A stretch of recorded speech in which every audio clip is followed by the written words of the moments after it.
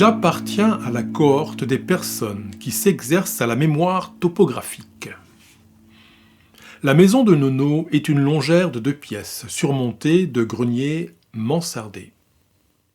L'unique porte fermière donne sur une pelouse soignée. Dans l'alignement de la porte ouverte, la couche de la chienne, une caisse, puis une table étroite et très longue en bois sombre et patiné, sur laquelle Nono écrit, se livre à la reliure, coud, reprise, prépare les repas, trie les graines. Lorsqu'on souhaite y manger, tenant son assiette de la main droite, il faut, de l'avant-bras gauche, pousser les reliefs des activités en cours pour libérer une place. Une bouteille de Montbazillac, que je vais renouveler à l'épicerie, retient la pile de courrier du jour. Nono coupe son vin d'eau. Il y a aussi sa pharmacie, essentiellement des plantes, des documents découpés dans des revues, des fruits, des pots contenant des boutures ou des semis, un pèse-courrier. 4 chaises sont alignées, sur chacune une pile de linge bien pliée. C'est ainsi que se fait le repassage.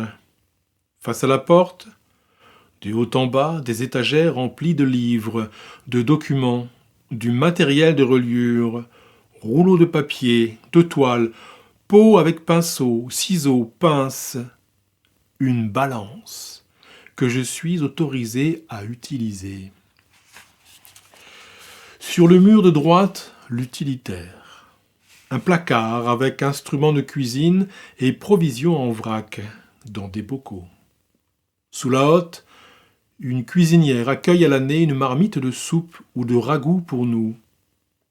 Une marmite de soupe pour la chienne, puis pour les poules, et une casserole faisant office de bain-marie pour le pot de colle de poisson. Celui-ci est opérationnel à l'année. À côté, une table de toilette, la mienne. À droite de la porte d'entrée, une machine à coudre, basique, à pédale, surmontée d'un poste de radio flambant neuf. Chaque soir, nous écoutons de la musique classique, parfois des nouvelles qui transforment rapidement Nono en harangueuse. Derrière la porte menant à la chambre, la table de toilette de Nono n'est utilisable que si l'on s'enferme dans la chambre. Juste à côté, l'intrigant hôtel dédié à Marthe. Une table banale recouverte d'une nappe blanche. La photo de Marthe dans un cadre ouvragé où l'on dépose chaque année une branche de buis. Derrière, quelques objets pieux, d'enfants. Cette table est toujours propre, voire rutilante, alors que la maison de Nono est poussiéreuse. Le ménage du temps perdu. Marthe. De qui est-elle la fille?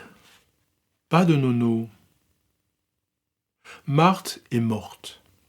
À quel âge? Pourquoi la vénère-t-on? Marthe a de la chance d'être morte.